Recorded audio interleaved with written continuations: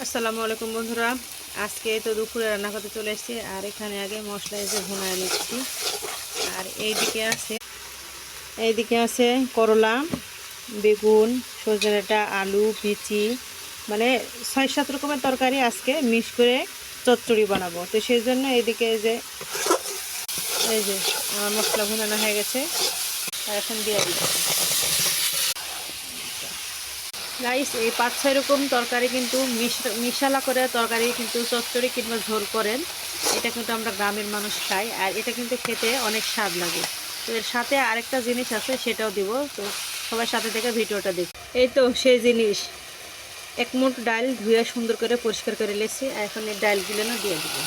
এইরকম করে রান্না করে খেতে কিন্তু খুব ভালো লাগে। তো সবাই কিন্তু রান্না করে খেয়ে দেখবেন, আসলে সত্যি বলছি না মিথ্যা বলছি।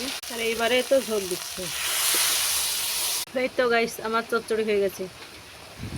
হালকা হালকা একটু ঝোল রাখবো, এইভাবে নামিয়ে দেবো।